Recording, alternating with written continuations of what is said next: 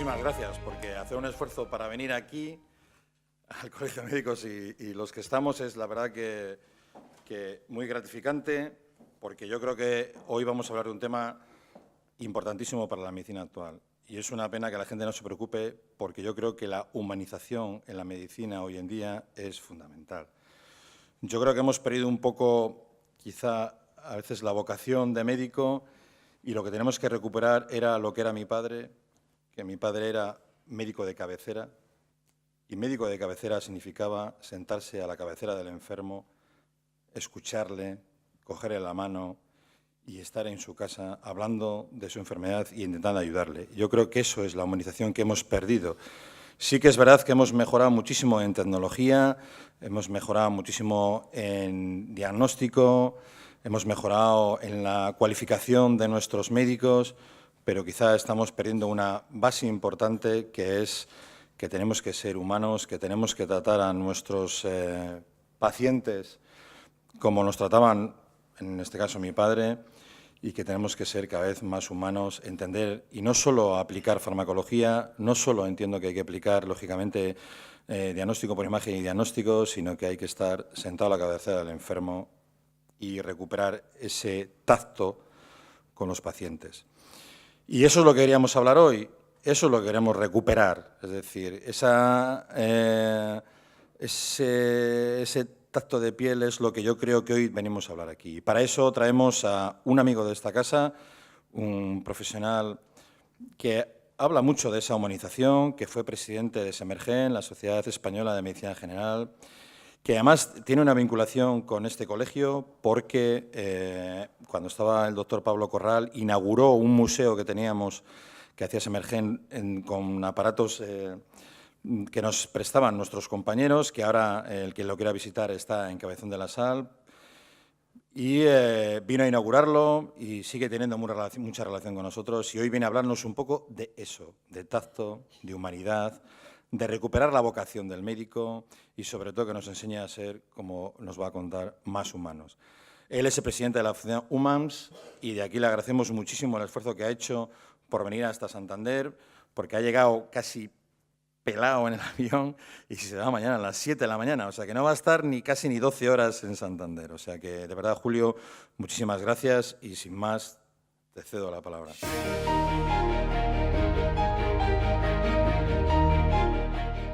En primer lugar, muchas gracias, presidente, y muchas gracias a la Junta Directiva y a ti personalmente por haberme invitado. Como bien dices, efectivamente, la relación mía con el Colegio de Médicos de Cantabria pues es de largo, de cuando era presidente de Semergen. Aquí hicimos un museo del médico rural, muy bonito, que si no, ¿me permitís que os tutee? Si no lo habéis visto, yo creo que merece la pena que lo veáis, es muy bonito porque recupera un poco lo que es la esencia del médico rural, el médico de toda la vida, el médico de cabecera, como decía Javier, ¿no? Y también tengo una vinculación muy afectiva porque en la junta directiva mía había médicos de Cantabria. Yo era el presidente nacional, yo soy de Madrid, pero siempre decía que el que mandaba era el secretario, que está situado allí, que es el doctor Jesús Sainz, que es el que mira haciéndose el despistado, que es médico de familia en Santoña y era el secretario de la sociedad. Fueron 8 años intensos trabajando juntos y, bueno, fue una época bonita, ¿no? Por lo tanto, gracias por haberme traído aquí. Y si me permitís, voy a tratar de hablaros un poco sobre esto de la humanización de qué va, ¿no? Porque yo os voy a hacer una pregunta. ¿Médicos generalistas, médicos de familia hay aquí? ¿Alguno? ¿Y pediatras? Vale. Bien. Hablar de humanización a un médico parece que es un poco paradójico, ¿no? Dice, ¿cómo tenemos que hablar de humanización a un médico cuando realmente la asistencia sanitaria es de un humano a un humano, ¿no? ¿Tenemos que hablar de humanización?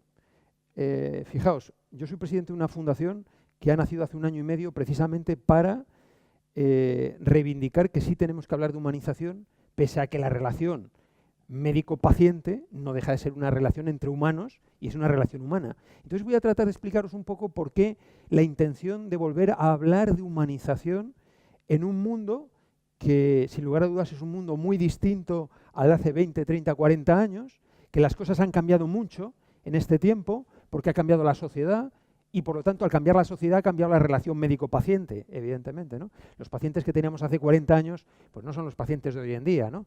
Es un mundo globalizado, un mundo de Internet, un mundo donde existe una hipercomunicación, pero curiosamente, paradójicamente, la comunicación es lo que brilla por su ausencia en muchas ocasiones. Entonces, voy a hablaros un poco de qué es esto de la humanización, porque aparte, Javier nos lo ha comentado, yo ahora estoy, curiosamente, yo soy médico de familia, ¿eh? Y ahora estoy en un hospital. Mi hospital es el Hospital Clínico San Carlos, como veis ahí, director de un área que se llama Área de Personalización de la Asistencia Sanitaria. Y esto de la personalización, de hecho, podríamos haberle llamado Área de Humanización. O sea, que ya tenemos hospitales con áreas de humanización. Y voy a tratar también de justificar por qué, el porqué de esto, ¿no? Porque un hospital, como podría ser Valdecilla, hola, doctor Úrculo, como un hospital como Valdecilla podría tener un área de personalización y humanización. ¿Por qué hay que hablar de esto, ¿no? Y cuando hablamos de humanización, pues yo siempre pongo esta diapositiva, porque es un poco como el camarote de los hermanos Marx. Cuando le preguntamos a la gente qué entiende por humanización, cada uno dice una cosa distinta. Unos dicen que efectivamente es el trato afectuoso, que es el trato empático, que es la escucha activa, que es, digamos, darle más papel al paciente para que el paciente sea más proactivo dentro de sus procesos. Cada uno va diciendo una cosa, por eso yo creo que cuando hablamos de humanización siempre pongo la diapositiva del camarote de los hermanos Marx. Pero fijaros, todos sabemos qué queremos decir por humanización, pero muchas veces cuando hablamos de humanización lo hablamos por los contrarios, por lo que es deshumanización, ¿no? Y estamos en un mundo que es un mundo hipertecnologizado, hipertecnologizado. De hecho, en estos últimos 40 años ha habido un mayor avance en la vanguardia de las tecnologías y del mundo tecnológico y de la innovación que realmente en el ser humano. El ser humano sigue siendo igual que aquel ser humano que estaba en las cavernas hace miles de años, porque el ser humano cuando enferma sigue teniendo las mismas pulsiones. Y las pulsiones y los impulsos son la incertidumbre, el miedo, la angustia, creemos que vamos a morir. Los humanos seguimos siendo humanos. Pero en cambio, lo que nos rodea se ha hipertecnologizado de una manera muy importante. Claro, esto podría ser deshumanización o la tecnología tiene que ver con la deshumanización. Eso es una reflexión que os saco aquí para que la podamos elaborar, ¿de acuerdo? Pero cuando hablamos de humanización, también estamos hablando, sabemos qué es esto. La humanización es la cercanía, la humanización es una forma de aproximarse al mundo del paciente, la humanización es una forma de atender y de escuchar a los pacientes, es el médico a la cabecera del paciente, efectivamente, el médico de cabecera, el que escucha, el empático, la figura emblemática del médico que sabemos que cuando llega, como decía Balit, el mejor medicamento es el médico. Marañón decía, el mejor medicamento es la silla para escuchar, ¿no? Ya sabemos que humanización es esto también, ¿no? Es esto también. Pero el mundo está muy complicado, muy difícil. Fijaos, hace poco he estado en Colombia, y esto lo traigo de Colombia, porque están verdaderamente preocupados los compañeros del Colegio de Médicos de allá, porque hay una verdadera epidemia de médicos jóvenes que hacen este tipo de cosas. Hacerse un selfie con un moribundo o con un fallecido, ¿eh? Y lo circulan en la red. ¿Es esto humanización? Romper la dignidad del ser humano en el momento que quizá es más delicado, que es cuando uno va a fallecer. Esto ocurre. Es más, os digo, esto que os traigo es de Colombia, pero he estado en Uruguay, ocurre exactamente lo mismo, en Brasil ocurre exactamente lo mismo, es decir, que hay una verdadera epidemia, podríamos decir, con las redes sociales y la globalización cara a la ruptura de la dignidad de las personas. Sabemos que esto no es humanización, ¿verdad? Sabemos que esto no es humanización. Pero sabemos que esto sí es humanización, ¿eh? ¿Os acordáis de la película Pasadán, no? Está basada en un pediatra americano que él entiende en un momento determinado que tiene que romper la dinámica de un servicio de pediatría. Y que los niños cuando están enfermos sabemos que son más maduros, pues los niños enfermos tienen un nivel de madurez muy importante, pero hay que romper la dinámica de un servicio de pediatría y él se procura por romperlo. Por cierto, Robin Williams no se parece para nada, no sé si conoces a Pasadán, al verdadero Pasadán, no se parece nada. De hecho, Pasadán, yo que tuve la oportunidad de conocerle, decía que le daba mucha rabia que Robin Williams hubiera hecho de él, porque joder, este tipo es muy histriónico, es que yo no soy así. Tal. Bueno, sabemos que esto es humanización. Por cierto, yo durante los últimos 5 años he sido viceconsejero de Sanidad en la Comunidad de Madrid. Y lo que hicimos en la página web del Servicio de Salud fue poner esta foto en grande, porque entendíamos que esto significaba la aproximación al mundo del paciente, ¿no? Bueno, esto sí es humanización. Esto va a ser que no, ¿no? Hacinamiento, cómo están nuestras urgencias, cómo están los hospitales, qué tipo de intimidad existe cuando estamos enfermos, cuando llega la gripe o la bronquiolitis y resulta que las urgencias de nuestros hospitales se petan, como dicen los modernos. ¿Qué intimidad existe? Ponemos cortinillas, la gente tiene que hacer sus necesidades en el pasillo. Esto no parece ser que sea humanización, ¿no? Bueno, esto sí es humanización. Nos hemos dado cuenta que cuando un paciente ingresa en un hospital entra un mundo extraño, muy extraño. Uno llega asustado, le cosifican. Eres la vesícula de la 550.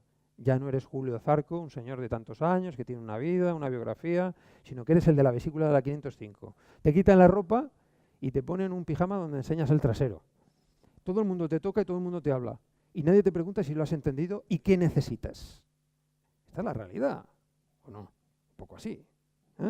Bueno, nos hemos dado cuenta que hay que romper la rutina de los hospitales. Y ahora estamos haciendo cosas como esta. Por ejemplo, llevar la música a las UCIs. Porque nos hemos dado cuenta que cuando llevamos músicos a las UCIs, la recuperación de los pacientes en las UCIs es más rápida. Y por cierto, el último estudio que se ha realizado, que se ha publicado en JAMA hace 2 meses, dice que la recuperación es mucho más rápida si la música es en directo que si es un CD. Significa que la música en directo, algo se mueve por ahí que hace que el paciente se recupere antes que si escuchamos un CD. Bueno, esto lo estamos haciendo en todos los hospitales, UCI de puertas abiertas, flexibilizar los horarios, etcétera, etcétera, ¿no? Llevar payasos en pediatría, llevar payasos con los señores mayores, es decir, bueno, esto sí parece que es un poco más humanización porque nos preocupamos del paciente, ¿no? Nos preocupamos del paciente. Bueno, también es una forma de enseñar la medicina, ¿no? Yo soy profesor en la Complutense, en la Universidad Complutense. Hombre, no quiero ser Avicena, ¿no? Que es este señor que está aquí, ¿no? Esta es de la película El médico, ¿no? La habréis visto, ¿no? Seguramente, ¿no? Ipsina, Avicena. Una forma de enseñar, sentado, por cierto, en la cama del paciente. Pero nuestros estudiantes, yo doy ya segundo de medicina, lo que era psicología médica. Bueno, nuestros estudiantes ahora son otros, ¿verdad? Ya lo de sentarse en la cama va a ser que no. Y si puedo ver al paciente y me manda un correo electrónico, pues casi que mejor, porque así evito que me visite, ¿no? Bueno, es que los tiempos van cambiando. ¿Qué es la humanización? ¿Esto o esto? Bueno, esto es por contrastes, ¿no? Por contrastes. Bien. Esto es un campo de refugiados. Es un espacio. Nuestros hospitales, ahora tratamos de mejorar los espacios, porque también entendemos que es muy importante los espacios donde se encuentran nuestros pacientes y los familiares. ¿Por qué? Porque el entorno condiciona la salud de manera importante. Os recomiendo que leáis, hay un libro que se llama Humanización de la Arquitectura, que es nada más y nada menos del año 45. Es un libro finito, todavía está en la red, o sea, está en internet, de un arquitecto finés que se llamaba Alvar Aalto. ¿Cómo suena? Alvar con V Aalto. Y él hizo un sanatorio, un hospital antituberculoso en el año 45 en Finlandia, que sigue siendo el hospital paradigmático de cómo influye la arquitectura en la recuperación y en la salud de los pacientes. Porque, por ejemplo, ¿por qué en las habitaciones de los pacientes nos empeñamos en poner las luces arriba si el paciente está horizontal? Las luces tendrían que ser tangenciales. No sé si me explico, porque el paciente tiene la luz arriba. La importancia de los colores, la importancia de los olores, la importancia de los materiales. Todo eso tiene que ver, porque todo eso también tiene que ver con la recuperación de nuestros pacientes. Los espacios, dónde se da la información, dónde hacemos el duelo, la habitación pre-exitus, cuando un señor va a morir, todo eso es importante. Claro que la arquitectura es muy importante, eso es humanización también. Esto no es humanización. Esto sí es humanización y nos dedicamos a humanizar los espacios. Eso también lo estamos haciendo. Por lo tanto, si os dais cuenta, la humanización es respeto a la dignidad, tener en cuenta al paciente, tener en cuenta los espacios, romper la rutina en los hospitales. Son muchas cosas, incluso esto, llevar las mascotas. Mirad, yo tengo la fortuna de ser, fui viceconsejero de Sanidad en la Comunidad de Madrid, de llevar por primera vez las mascotas a ver a los pacientes. Porque cuando tienes un perro, o una mascota, o un cobaya, yo qué sé, eso ya significa que rompen la rutina del paciente, que pueda ver al perro, que para esta señora seguramente es como su hijo. Y además le rompen la rutina y además generas una complicidad afectiva. Bueno, pues esto también lo hacemos en los hospitales. Esto lo estamos haciendo. Por cierto, con la aprobación de Salud Pública, sin lugar a dudas, ¿eh? Que nadie dude que Salud Pública certifica que esto se hace así, ¿no? Bueno, todo esto es humanización. Todo esto. Pero todo esto es humanización y muchas cosas más. Pero qué realidad, querido presidente, esta es la realidad, ¿eh? Mira, ahora hay huelga de médicos, ¿no? Estaba viendo ahí a los de la pancarta, ¿o ya no? ¿Has acabado, no? Ha habido, ¿no? Bueno, pero ha sido hasta las 2:30. Con lo cual esta foto podría ser de mucha actualidad. Estamos hablando de manifestaciones, sindicatos, guardias, urgencias que están absolutamente rebosando, agresiones, aglomeración, nuestros hospitales públicos en esencia. Esta es la realidad tozuda con la que nos encontramos todos los días. Yo cuando voy al Hospital Clínico San Carlos, pues por las mañanas, pues yo soy muy madrugador, siempre llego al hospital a las 6:15 de la mañana, que es el mejor momento del día porque no hay nadie, todo está en silencio. Pero a las 8:30 o las 9 no puedo andar por los pasillos. No puedo andar por los pasillos. Nuestra realidad es esto. ¿Cómo podemos esta realidad tan tozuda hacerla más humana, por decirlo de alguna manera, ¿no? ¿Cómo podemos hacerla más humana? Fijaos, nosotros la fundación está constituida, yo tengo la fortuna de ser el presidente, pero la componen la Organización Médica Colegial, el Consejo de Farmacéuticos, el Consejo de Enfermería, la Conferencia Estatal de Decanos de Universidades de Medicina, de Facultades de Medicina, y hace 1 año y medio debutamos con este estudio que es Análisis de la situación de los aspectos humanísticos de la atención sanitaria en España. Fue un estudio que hicimos a nivel de todo el territorio nacional, que presentamos en el Ministerio, para demostrar solamente dos cosas. Sabéis que los estudios tampoco tienen que demostrar muchas, con que demuestre una es suficiente. Una, que cuando hablamos de humanización no todo el mundo entiende por el mismo concepto humanización. Es decir, que dependiendo si le preguntamos a los médicos, a las enfermeras, de hecho este estudio lo hicimos médicos, enfermeras, profesores universitarios, industria farmacéutica, es decir, todo el sector sanitario, colegios profesionales, universidades, cada uno pensaba que la humanización era una cosa distinta. Esa es una de las cosas que demostramos, que no todo el mundo tiene el mismo concepto de humanización. Punto 1. Y en segundo lugar, que todo el mundo, además os invito a que lo leáis, en la página, vosotros ponéis Fundación Humans y en la página web se puede descargar perfectamente y podéis verlo. Y una, que lo más importante era que la tecnología no es antagónica a la humanización. Es decir, todo ese mundo hipertecnologizado que os he dicho que existe y que evidentemente estamos todos inmersos en él, no es antagónico con la humanización, como ahora veremos. Esas son las dos cosas, digamos, o conclusiones a las cuales llegamos. Os traigo esta diapositiva, no os dejo ver, me estoy aquí en medio, no me he dado cuenta, porque no sé si conocéis el pensamiento transhumanista. El pensamiento transhumanista es un pensamiento que aconteció en los años 70, pero que ahora está muy de moda, que consiste en lo siguiente: entender que la tecnología ha avanzado tanto que hemos y vamos a incorporar la tecnología a nuestro organismo, a nuestro cuerpo.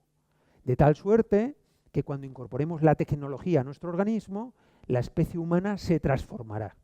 Y ya no seremos humanos, sino que seremos humanos y un poquito máquinas.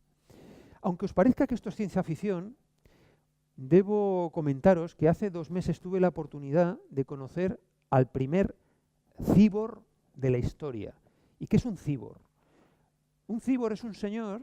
En este caso es un señor que es un pintor británico. Si vosotros ponéis en internet cíborg, veréis la cantidad de cosas que sale de este señor. Es un pintor británico que tiene una enfermedad genética por la cual él no puede distinguir colores. No puede distinguir colores. Entonces es un señor muy ingenioso que lo que ha hecho es hacer que le instalen una antena. Él va con una antena, de hecho va con una antena implantada al lóbulo occipital. Va con la antena incrustada. Es una antena que hace así y tiene una cámara, y a través de esa cámara lo que hace es analizar las frecuencias de onda de los colores y las traduce en vibración. Por lo tanto, podemos decir que él no ve colores, él oye colores. Él puede decir que el blanco lo oye porque la vibración es distinta a la del negro, a la del gris, a la del marrón. Este señor, después de mucho tiempo, su cerebro ya no es igual que el cerebro de todos nosotros, porque la plasticidad cerebral ha cambiado de tal suerte que su cerebro, como ya no ve colores, sino que siente y percibe colores, obviamente su cerebro es distinto. Este señor es británico y ha conseguido que le hagan el pasaporte para poder salir del país, porque sabéis que no nos dejan hacer el pasaporte si llevamos gafas o cualquier otro artilugio. Y él ha conseguido, por eso dice, ser el primer ciudadano cíborg de la historia. ¿Y por qué es un cíborg? Porque es un humano, pero que ha incorporado la tecnología a su organismo y su organismo ha cambiado. Ha cambiado. Pues los cíborg y el pensamiento transhumanista están aquí ya. Es decir, no es una entelequia de la ciencia ficción, ni una imaginación calenturienta de Asimov o de Huxley, ¿no? Está aquí. La incorporación de la nanotecnología, la incorporación de la Internet de las cosas, el Big Data, todo esto son cosas que me imagino que os sonarán, que esto está incorporado ya a nuestras vidas. Pero cuando un paciente, una persona enferma, esto está aquí. Esto también existe, ¿verdad? Yo creo que esto también existe. La compasión. Es decir, ¿cómo en un mundo tan tecnologizado, cuando alguien enferma y cuando alguien tiene miedo y tiene angustia y tiene ansiedad y tiene incertidumbre, ¿qué es lo que pasa? ¿Qué es lo que quiere? ¿Qué es lo que necesita? ¿Cómo fallecen nuestros pacientes en los hospitales? ¿Qué es lo que pasa con un paciente en la urgencia o en una UCI? ¿Qué busca? Busca dos cosas, la mirada y el contacto físico. Lo sabéis. Cuando un paciente está muy malito en una UCI, busca la mirada de alguien y un contacto físico, la mano. La compasión. La compasión no es un término religioso. La compasión es lo que provoca en mi interior una persona que sufre, que hace que yo quiera ayudarla. De hecho, os voy a decir una cosa. Las personas compasivas, no sé si lo sabéis, tienen casi el triple de oxitocina, que es una hormona que sabéis que está muy relacionada con el embarazo, el parto, ¿sabéis, no? Yo siempre suelo bromear con los alumnos de medicina diciendo seguramente que la Madre Teresa de Calcuta tenía mucha más oxitocina que el resto de los mortales, porque la oxitocina es una hormona vinculada a la compasión. Se sabe, las personas más compasivas tienen más oxitocina. Bueno, pues tenemos que lidiar con un mundo hipertecnologizado donde el pensamiento transhumanista y los cíborg ya están aquí, el Big Data, el Internet de las cosas, etcétera, etcétera, con algo que nunca debemos perder, que es precisamente la compasión, que por cierto, es una de las herramientas más importantes del médico o de los profesionales sanitarios en general. Los sanitarios tenemos que tener compasión. Es una herramienta fundamental. Si somos médicos no compasivos, seremos buenos técnicos, pero no seremos buenos médicos. Seguro, seguro. Y no es lo mismo ser buen médico que médico bueno. Hay que ser buen médico y médico bueno. Esto es muy importante. Lo decía Albert Joubel ya hace muchísimos años, ¿no? Bueno, esta es nuestra realidad. Mirad, nosotros desde la Fundación Humans planteamos que para que exista humanización en la asistencia sanitaria se tienen que dar muchos factores. Uno de ellos es la relación entre los profesionales y los pacientes tienen que ser de una manera determinada, ¿verdad? Pero ¿qué relación tiene el paciente con el sistema sanitario? ¿El sistema sanitario es amable con el paciente? O, como yo digo en mi hospital, que un paciente llegue al hospital es un acto heroico porque resulta que se te pierden los pacientes por los sótanos cuando van a la resonancia magnética nuclear, nadie les da información, los consentimientos informados, que yo llamo desinformados, fírmeme usted aquí en el papel. Estas son cosas que ocurren. Por lo tanto, la humanización se tiene que ver en la relación que hay entre los profesionales y los pacientes, entre los pacientes con el sistema sanitario y un tema muy importante que aquí os importa, presidente, la humanización de los profesionales sanitarios, con ellos mismos. Es decir, ¿cómo puedo tener organizaciones sanas sanas si los profesionales que trabajan en ellas no tienen relaciones sanas. Si yo tengo al jefe de servicio, como estoy recordando la semana pasada, al jefe de servicio de radiología que se está tirando los tejos, en mal sentido, con el jefe de medicina nuclear y tienen unas discusiones tremendamente grandes delante de los pacientes, esa relación es tóxica. Eso no parece que sea bueno. Y luego pedimos que se atienda bien al paciente. Si entre los propios profesionales no hay un nivel de empatía y de suficiente y adecuada atención. Por eso veis aquí esta especie como de organigrama donde todo tiene que ver con todo. Nuestro planteamiento de la humanización no es tener médicos muy amables, que esto muy bien, está muy bien, ser empático y amable, sino tener un sistema sanitario que también sea amable. Y también que la relación entre los profesionales y la relación entre los profesionales y el sistema sanitario sea adecuada. Porque si alguno de estos factores falla, esto es como una especie de mecano, todo tiene que ver con todo. Si algo falla, esto no puede ir a buen puerto. Para que esto funcione y para que haya humanización en el sistema sanitario, tiene que darse una serie de circunstancias donde la humanización y lo humano permeabilice a toda la organización. A los hospitales, a los centros de salud, por cierto, a los políticos. Si os dais cuenta, ahí hay sociedad. A los políticos también. Porque el sistema sanitario no es una cosa que sea como una seta al margen de lo sanitario, sino que lo sanitario está entretejido en el tejido social. Por lo tanto, tiene que ver un poco con todo, ¿no? Con todo. Por eso nosotros desde la Fundación hablamos de esta palabra que cada vez la vais a oír más, que es la homosfera sociosanitaria. ¿Qué es esto de la homosfera? Pues claro, que todo tiene que ver con todo. Primero, la sociedad, ¿ves ahí esto verde que pone sociedad abierta? La sociedad abierta es un concepto, perdóname que hable un poco de filosofía, pero es que a veces hay que hablar un poquito de filosofía. La sociedad abierta es un concepto que acuñó un filósofo austríaco en el año 41-42, un filósofo muy importante, se llamaba Karl Popper. Karl Popper, en el año 41, le preguntaban, oiga, ¿usted cómo cree que va a ser la sociedad? Y decía, una sociedad abierta. ¿Y qué es una sociedad abierta? Una sociedad abierta es, fijaos lo que decía él en el año 41, una sociedad globalizada, plural, diversa y sobre todo deliberativa. ¿Y qué es ser una sociedad deliberativa? Una sociedad donde el ciudadano es un señor informado y formado y por lo tanto no es un señor que no sepa qué es lo que tiene que hacer, sino que tiene información suficiente para deliberar y tomar decisiones con libertad. Esa es la sociedad abierta que propuso Karl Popper en el año 41. Estamos en una sociedad, hoy en día, 2019, plural, diversa, globalizada y cada vez más deliberativa. El 80 o 90% de nuestros pacientes cuando acuden a las consultas ya se han metido a Internet, ya vienen con formación y con información. Lo que pasa es que a veces la información no es la adecuada. Ese es el problema. ¿Y por qué no es la adecuada la información? Porque Internet, en el mundo de la globalización, hay de todo. Y como los que deberíamos generar información, que somos los profesionales y las asociaciones de pacientes, no generamos esa información, pues la información se busca. Y evidentemente por eso hay problemas con Internet.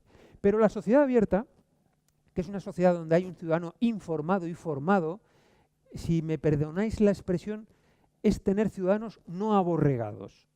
No aborregados. Tener una sociedad civil vertebrada, organizada. Porque cuando no hay una sociedad civil vertebrada y organizada, ¿quién manda? Los políticos.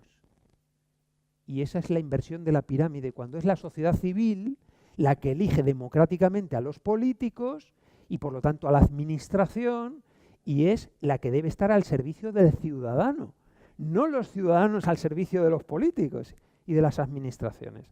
No sé si me explico, ¿no? Por lo tanto, esta sociedad abierta es muy importante. ¿Por qué? Porque ancla su ADN en el humanismo, en reivindicar lo humano, lo humano.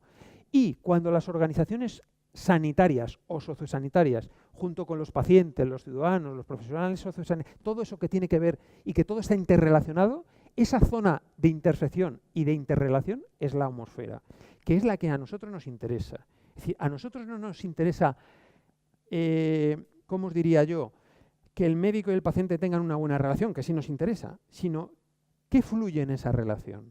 ¿Qué fluye en la relación entre el ciudadano que ha venido al hospital, y la gerencia del hospital, y el equipo directivo, y el servicio? ¿Y entre el servicio y el gerente y el profesional? ¿Y entre el profesional y la consejería? ¿Y entre la consejería y el gerente? Esto es un mundo de interrelaciones, no sé si me explico. Y por eso, esta es una visión sistémica de cómo entendemos nosotros la humanización. Termino. ¿Cuánto tiempo tengo, presidente? Bueno, termino con lo siguiente. Si me preguntarais, haciendo un ejercicio un poco de ciencia ficción, momento en el que nos encontramos ahora, ¿hacia dónde crees tú que esto, hacia dónde va? ¿Hacia dónde va la sanidad y hacia dónde va esto de lo que se denomina humanización? Bueno, nadie discute que ha habido un cambio social. Hemos pasado de sociedades alineadas, es decir, sociedades totalmente desinformadas. Pongo una foto, joder, que en este momento no sé si es la más adecuada, porque estoy poniendo una foto del Congreso de los Diputados. Hoy se ha constituido la mesa del Congreso. No sé, a lo mejor hay que hacérselo ver esto, no lo sé. Pero sí es cierto que ha habido una evolución muy importante de pasar de sociedades alineadas a sociedades, como digo, globalizadas, diversas, plurales y sobre todo deliberativas. Ha habido un cambio social. Se va vertebrando la sociedad poco a poco. ¿Os acordáis cuando no había movimientos asociativos de pacientes? En el año 90, ¿cuándo empezamos, Jesús, con Albert Llobel? Pues fue en el 91, empezó el 90-91, luego nosotros en el 2003 empezamos ya con él.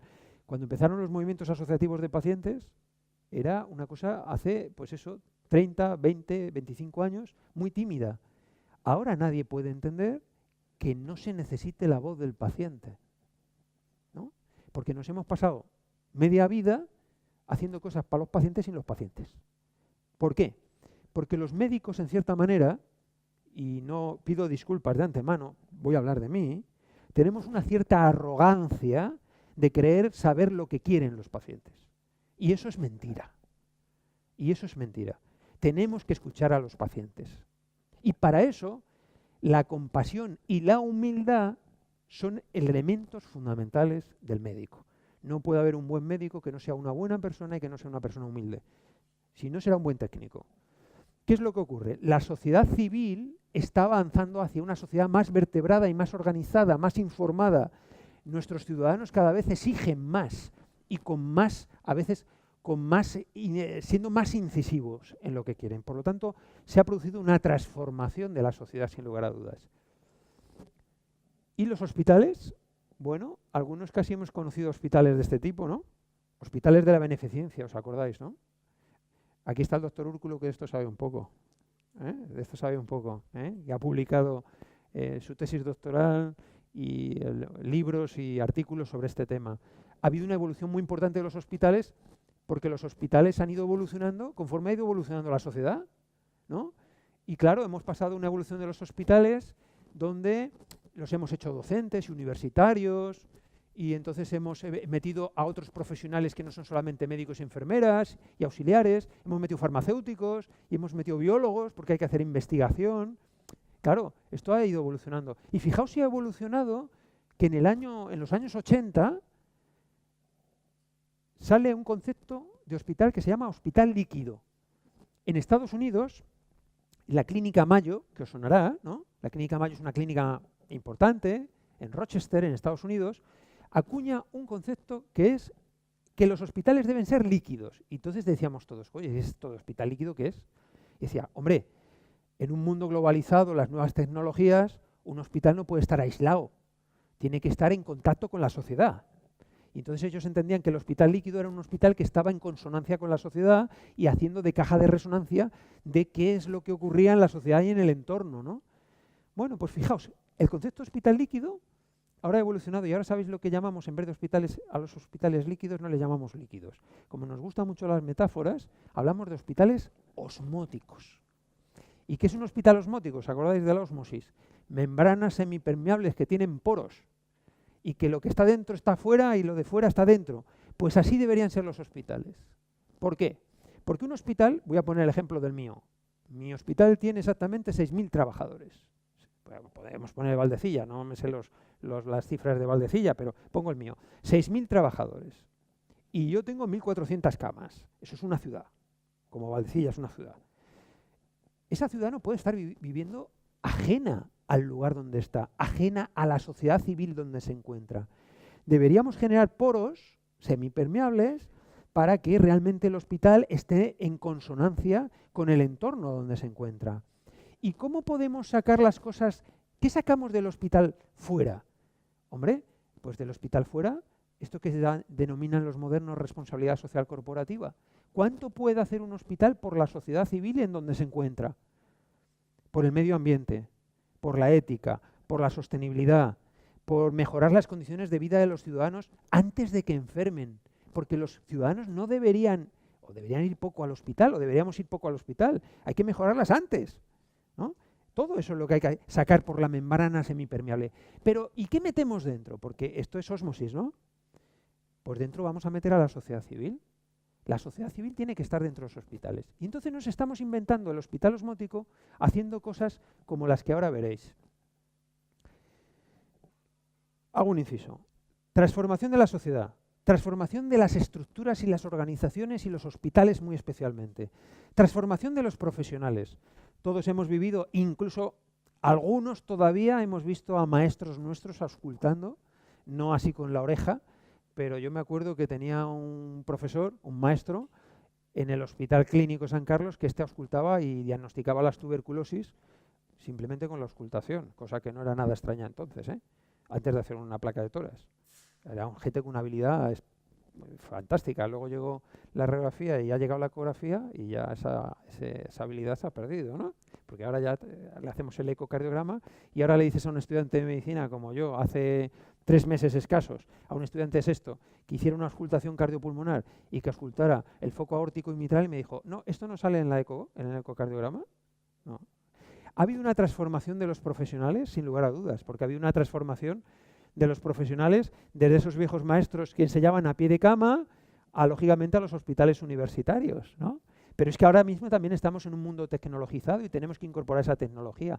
Por lo tanto, estamos hablando de que hay una evolución de la sociedad hacia una sociedad abierta, hay una evolución de los hospitales y las organizaciones hacia esos hospitales osmóticos y hay una evolución de los profesionales hacia unos profesionales que tienen que ser tecnológicos, pero también tienen que ser muy humanos, que tienen que compatibilizar el cibor, acordaros, el transhumanismo con la compasión de la Madre Teresa de Calcuta. Esos dos mundos que parecen muy reconciliables. Pero es que los pacientes también se han transformado. Del paciente pasivo, que era un señor que estaba ahí, que llegaba al médico y lo que le decía y hacía era lo que era, a que cada vez se ha ido informando más el paciente y ahora hacemos cosas como esta. Mirad, nosotros somos el primer hospital, voy a sacar un poquito de pecho, el primer hospital público de España que tiene un comité de pacientes en el hospital. Nosotros tenemos 37 organizaciones de pacientes. ¿Y dónde las tenemos? Dentro del hospital. Dentro, no fuera. Ósmosis. Hemos metido por la membrana semipermeable a los pacientes. ¿Y qué hacen los pacientes en el hospital? Os preguntaréis, ¿no? ¿Qué hacen? Bueno, nosotros tenemos pues de todo. Tenemos pacientes, asociaciones de pacientes de esclerosis múltiple, de ELA, de Alzheimer, de Parkinson, anticoagulados, EPOC, miastenia gravis, cáncer, enfermedades mentales. Pues ellos están, primero, fijaos qué cosa más interesante, y diréis, este hombre se ha vuelto loco. Nosotros tenemos el consejo de dirección todos los lunes en el hospital, donde nos sentamos los directivos, ¿no? El gerente, el director médico, la directora de enfermería y un portavoz de los pacientes. ¿Para qué? Para que se entere de lo que ocurre.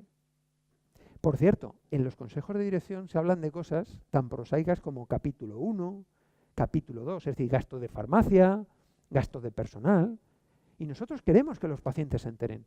Entonces, dentro del comité de pacientes hay un portavoz que es el que va a la comité. Claro, no van a ir 37, va uno, pero ese luego lo transmite.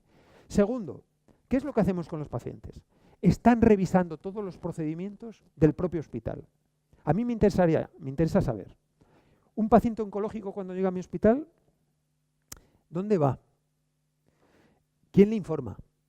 ¿Qué le informa? ¿Lo entiende o no lo entiende? ¿Dónde espera? Si el familiar se le informa o no se le informa. ¿Qué tipo de relación establece el equipo médico y enfermería con el familiar. Todo eso me interesa. Por lo tanto, tenemos a los pacientes que están revisando los procedimientos internos del propio hospital. ¿Por qué? Porque si os dais cuenta, los hospitales, el paciente tiene que adaptarse a la dinámica del hospital, no el hospital a la dinámica del paciente y del familiar. ¿Por qué se tiene que comer a la 1 o a la 1:30 en un hospital? Si a lo mejor yo como a las 3 de la tarde de toda mi vida, ¿no? ¿Sabéis por qué? ¿Sabéis por qué se tiene que comer a la 1 o 1:30? ¿Sabe alguien? No lo sé, pregunto, ¿eh? ¿Sabéis alguno?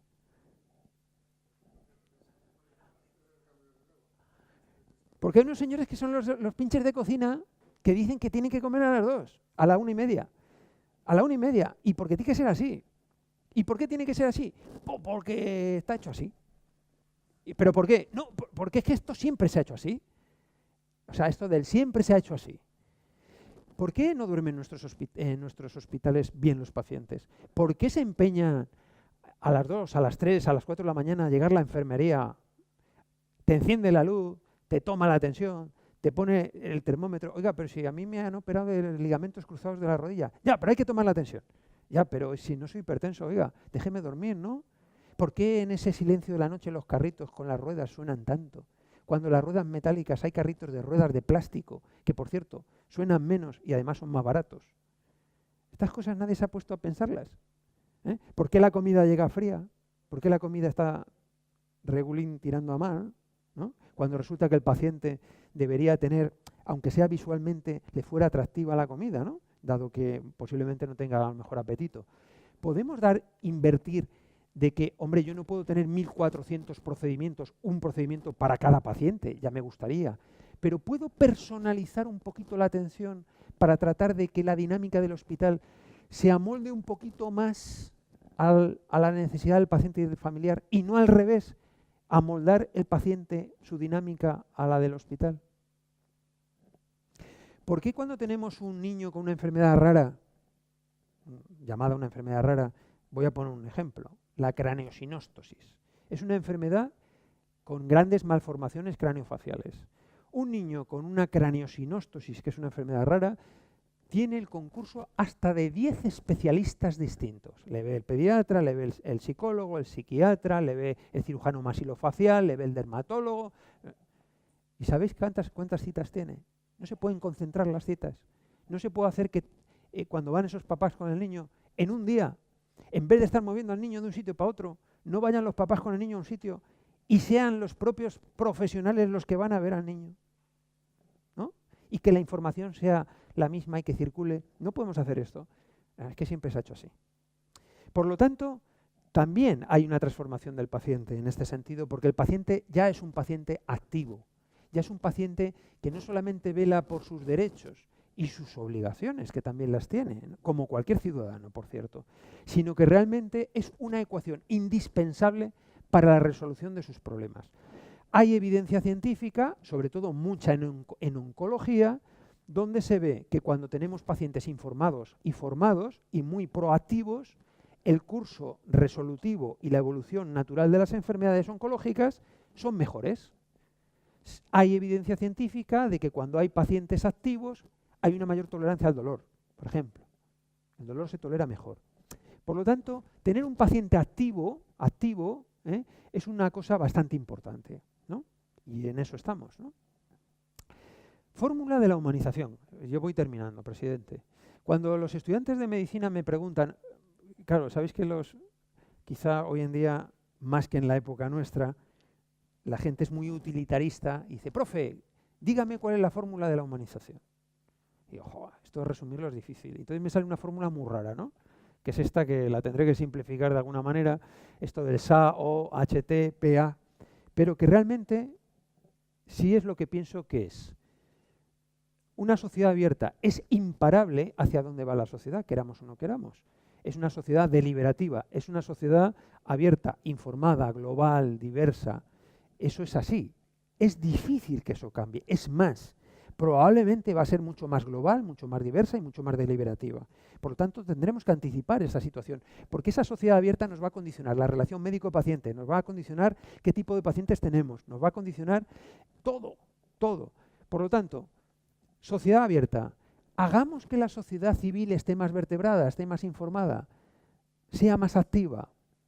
Segundo, hospitales osmóticos. Hagamos que las organizaciones no sean tan compartimentos estancos, sean más, intercambien más, ¿no? Tengamos más poros, poros semipermeables para que haya intercambio, que evitemos que el paciente enferme, que no solamente la atención primaria, sino que el propio hospital, porque, perdón, una reflexión, el paciente ni es del hospital ni es de atención primaria, eso es mentira, el paciente es del mismo. El paciente le da igual quién le resuelva el problema. Si se lo resuelve el ayuntamiento o si se lo resuelve la comunidad autónoma, si se lo resuelve atención primaria o el hospital, el paciente lo que quiere ¿qué es? Que le resuelvan el problema rápido, eficaz, eficiente, gratis y si puede ser amablemente mejor, ¿verdad? Por lo tanto, no es una cuestión de primaria, no, es que esto es de los de primaria. No. Es que las organizaciones ya no es la primaria y el hospital, son los dispositivos sanitarios. Y todos tenemos nuestra obligación para con la sociedad. Y también hagamos que la sociedad civil esté dentro de nuestras organizaciones, porque es la única manera de escucharles, de entenderles y de saber lo que necesitan y lo que quieren. Sin lugar a dudas, los profesionales. Tendremos que buscar, igual que hemos buscado la palabra el cibor del transhumanismo, tendremos que ver qué tipo de palabra utilizamos para estos profesionales que tienen que tener una alta capacitación técnica, pero también una alta capacitación humana. Fijaros, en nuestras facultades de medicina se da una asignatura de bioética, se habla un poco de humanización, un poquito de comunicación, un poquito de relación médico-paciente, un poquito de cómo dar malas noticias, tema muy importante. Pero oiga, si es que esto tiene que permeabilizar los estudios de grado desde primero hasta sexto y luego en la residencia. Tenemos que formar a futuros médicos con alta capacitación técnica y humana. Y ahora pregunto, ¿cuántas facultades de España entrenan a los estudiantes de medicina para ser buenos seres humanos? Por buenos seres humanos entiendo que es gente con humildad, con compasión, con empatía, con capacidad de escucha y con capacidad de ponerse en los zapatos del otro. En ninguna. Ya os lo digo yo, en ninguna. ¿Cómo vamos a cuidar a los demás si no nos conocemos nosotros mismos? ¿Quién enseña a un estudiante con 17, 18 años que entra en una facultad de medicina? Podría hablar de enfermería también, ¿eh? Perfectamente, ¿eh? Un chico o una chica con 17, 18 años que va a estar 6 años formándose y nadie le ayuda a conocerse a sí mismo. ¿Cómo va a ayudar a una persona que está enferma si no sabe cuáles son sus límites? ¿Cómo va a ayudar a una persona que va a morir si resulta que él tiene miedos, incertidumbres y angustias? ¿Quién le ayuda a él a formarse como ser humano? Concepto básico de la universidad. Universitas, universidad, hombre universal. ¿Estamos formando de manera adecuada a los médicos? Yo os lo digo, soy profesor en la Universidad Complutense de Madrid. No. Eso sí, en sexto les preguntas, ya están con el MIR en la cabeza, cuál es el peso molecular de no sé qué proteína en la membrana celular y buah, te la sueltan de corrido. Pero es que los seres humanos no somos sacos de moléculas, ¿verdad? El ser humano es algo más complejo. Por lo tanto, tenemos que formar a nuestros profesionales con altas capacidades humanas. Con altas capacidades humanas, las técnicas ya se supone que se le van dando. Y por último, un paciente activo. Por lo tanto, la fórmula de la humanización tocaría 4 palos. Una sociedad abierta, una sociedad más plural, una sociedad más informada, unas organizaciones osmóticas, unos profesionales con altas capacidades técnicas y humanas y un paciente activo. Un paciente que realmente pueda formar parte también del equipo multidisciplinar, igual que la enfermera o el médico. Hay que escucharle al paciente. Y ya, por último, y si eso sí es cierto, y para terminar, os pongo esta foto. Que todos conocemos lo que era un SEAT 124, ¿no? Incluso a lo mejor hemos tenido alguno, ¿no? Sí, ¿no? Funcionaban fantásticos. ¿Cómo se vendían estos coches? Estos coches se vendían porque la bujía no sé qué, la cilindrada, el motor, ¿no? ¿Cómo se venden los coches ahora? Por experiencias. Ahora no veis que sale el BMW y salen unos tocando un violín, la experiencia de conducir un coche. Ya no hablan de que la cilindrada del motor, no. ¿Y por qué os pongo esta cosa tan mecánica? Porque la asistencia sanitaria a los pacientes es igual. Nos interesa mucho la experiencia del paciente. Está claro que si yo tengo una alta capacitación técnica y tengo que hacer un trasplante de riñón, está claro que el paciente lo que quiere es que le trasplante bien el riñón, eso está claro. Ahora, ¿y si puedo hacérselo para que la experiencia que tiene el paciente y el familiar, y la familia, el entorno del paciente, si es adecuada, eso va a ayudarle seguramente al paciente de manera importante? Por eso hablamos de experiencias y de mapas de experiencia del paciente. Por eso os pongo este ejemplo. Ya en la asistencia sanitaria no nos concentramos solo y exclusivamente en el servicio técnico, sino en qué experiencias se lleva el paciente de los servicios por donde ha pasado en el hospital. ¿Han sido adecuadas o no han sido adecuadas? Porque como hayan sido nefastas, os puedo garantizar que el trasplante se lo habrán hecho bien. Pero probablemente la aceptación del trasplante, la aceptación de la ciclosporina, todo eso va a chirriar seguramente. Por lo tanto, esto es muy importante. Esto es lo que os quería decir. La humanización, como os dais cuenta, abarca muchos aspectos, abarca los aspectos no solamente relacionales, sino la formación de los profesionales, cómo son las estructuras y las organizaciones, la arquitectura, la dignidad del ser humano, cómo garantizamos la dignidad de ese ser humano, la sociedad, esa homosfera que yo os he hablado antes. Y en la fundación que yo tengo la suerte ahora de presidir, pues nos dedicamos a eso, a investigar y a formar. Y mira, como estamos en un colegio, presidente, os voy a contar 30 segundos, ¿eh? La primera actividad que hizo la fundación en este momento está desarrollando 9 proyectos, yo creo que muy interesantes, que tienen que ver con investigar cómo impacta en el curso evolutivo de las enfermedades la experiencia de los pacientes. Esto que os acabo de decir antes. Es decir, cronicidad. Los pacientes crónicos que están muy malitos, polimedicados, que tienen muchas patologías, porque sabemos que tienen una artrosis, una depresión, una EPOC, una diabetes y una insuficiencia cardíaca, que ya no van al hospital, pero que también empiezan a no ir a la atención primaria, porque ese es un paciente, ¿de dónde? Domiciliario, ¿verdad? Subimos a ver a los pacientes a los domicilios. En Madrid, zona centro de Madrid, Goya, para que os hagáis una idea, centro de Goya, zona vieja, mayor de Madrid, la enfermería hace 1,5 avisos domiciliarios a la semana. No me creo que en una zona mayor de Madrid la enfermería vaya 1,5 avisos a la semana. ¿Qué pasa? ¿Que no empieza a subir ya los médicos tampoco suben a los domicilios? ¿O están empezando a dejar de subir a los domicilios? Y la enfermería también. ¿Y entonces quién mira al paciente? No lo sé. No sé quién mira al paciente. Entonces, ¿nosotros qué es lo que hacemos en la fundación? Ver cómo impactan determinadas variables en el curso evolutivo de las enfermedades. Por ejemplo, en ese paciente crónico, ¿quién va a verle? ¿Qué relación hay en el equipo? ¿Cómo se informa y forma al cuidador? ¿Qué tipo de relación tiene el paciente con el cuidador? Si es un paciente empoderado y un paciente activo, no lo es. Y todo eso influye en su diabetes, y todo eso influye en su EPOC, y todo eso influye en su artrosis y en su depresión. Pues eso es lo que queremos demostrar, de que sí influye. Pero termino con esto. Fijaos, la primera acción que hizo la fundación, esto es en mi hospital, el hospital clínico, veis ahí un busto de Hipócrates, ¿no? Bueno, ¿qué es lo que hicimos? Pusimos un busto de Hipócrates, que dice una frase de Hipócrates, y detrás, ¿veis que hay un arbolito? Hay como un arbolito pequeñito. Bueno, hicimos un acuerdo con el ayuntamiento de Kos. Kos es una isla que está en Grecia.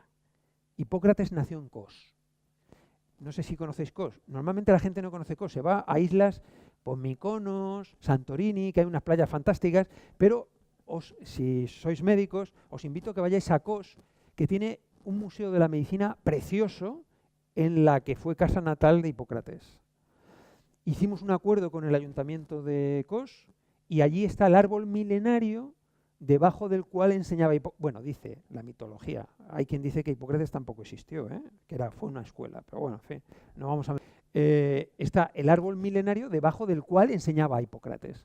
Entonces nosotros llegamos a un acuerdo con el ayuntamiento de Kos y nos dio un esqueje del árbol, un árbol ya mayorcito, así, porque como son griegos, ya prevén, dice, aquí vamos a vender árboles a troche y moche. Entonces nos vendieron un arbolito de Hipócrates, lo plantamos y ¿qué hicimos en el hospital clínico? el gerente del hospital y el decano de la universidad plantaron el árbol, hicimos el juramento hipocrático en torno al busto y al árbol. Por cierto, el juramento hipocrático, que lo sepáis si no lo sabéis, seguramente lo sabéis, hay una reactualización de octubre del año 2017. La Asociación Médica Americana hace una actualización del juramento hipocrático muy interesante, donde habla de cosas tan interesantes como la autonomía del paciente, la necesidad de que el médico se cuide, cosas muy actuales, porque ya el juramento hipocrático clásico se había quedado un poquito, ¿no?, obsoleto, ¿no? Entonces, hicimos el juramento del 17, del año 2017, de hecho, lo pusimos en una placa que no se ve porque está detrás de donde estamos nosotros, y hicimos lo que se llama un grupo hipocrático. ¿Y qué es un grupo hipocrático? Pues mirad, un grupo hipocrático en el hospital, un grupo hipocrático es médicos senior y junior. Veis que hay un señor. Esta señora era la jefa de servicio de neonatología del Hospital Clínico San Carlos, la doctora Arrabal, hermana de Arrabal, Fernando Arrabal, el dramaturgo. ¿Lo conoceréis? Bueno, ¿y por qué estaba esta señora ahí? Esta señora, pese a su avanzada edad, a lo largo de su larga y dilatada carrera, ha demostrado qué son los valores hipocráticos, que son valores que tienen que ver con la humanización, con el compromiso, con la empatía, con el trato amable, cordial, etcétera, etcétera. Entonces hemos hecho un grupo donde hay médicos seniors, o sea, mayores, y médicos juniors, o sea, jovencitos, ¿eh? Y entonces estamos haciendo talleres con estudiantes de medicina y residentes, hablándoles de, por ejemplo, la importancia de dar malas noticias, por ejemplo, de la importancia del género. O sea, del género me refiero a... Os voy a poner un ejemplo. Si yo tengo un hombre y una mujer con los mismos años y los dos tienen los mismos factores de riesgo cardiovascular, ¿por qué me preocupo más del hombre que de la mujer? Porque creo que al hombre se va a infartar antes que la mujer, si tienen los mismos factores de riesgo cardiovascular. O sea, hay una perspectiva de género también en esto, es importante. Entonces estamos desarrollando todo esto. ¿Qué hicimos con esto? Creamos un grupo en el Hospital Clínico y le cedimos el testigo ese día al Hospital de la Princesa en Madrid. Y ha hecho lo mismo. Arbolito, busto, juramento hipocrático y grupo hipocrático. Y el Hospital de la Princesa se lo ha dado al Miguel Servet en Zaragoza. Busto, arbolito y grupo hipocrático. Y el Miguel Servet se lo ha dado al Clínic de Barcelona. Arbolito, busto y grupo hipocrático. Y estamos creando una red de hospitales hipocráticos y ahora nuestra idea, no quiero decir nada, es hacerlo con los colegios profesionales. Porque la esencia del colegio, de un colegio profesional, es reivindicar precisamente la esencia de los valores profesionales, ¿no? Y yo creo, presidente, que casi que ya no voy, porque podría seguir hablando, pero ya, bueno, el comité de pacientes que os he comentado y, bueno, alguna cosa más, pero en definitiva que nos dedicamos a estas cosas. Bueno, con servicios de salud. Esto es una firma de un acuerdo con la Consejería de Sanidad de Galicia, donde firmamos un acuerdo para hacer el plan estratégico de humanización del Servicio Gallego de Salud, por ejemplo. Ahora, el mes que viene, lo vamos a hacer con la Consejería de Sanidad de Andalucía, para ayudar a los gobiernos y a las administraciones a que haya humanización entre los profesionales que ayude a las organizaciones sanitarias y, por supuesto, a los pacientes. Es decir, que la fórmula esa que os he puesto de la humanización se pueda llevar a cabo. Y deciros que estamos encantados de que esta es una fundación sin ánimo de lucro, está a vuestra disposición, podéis colaborar con ella y estaríamos encantados en que participéis humanamente, ¿eh? Y muchas gracias.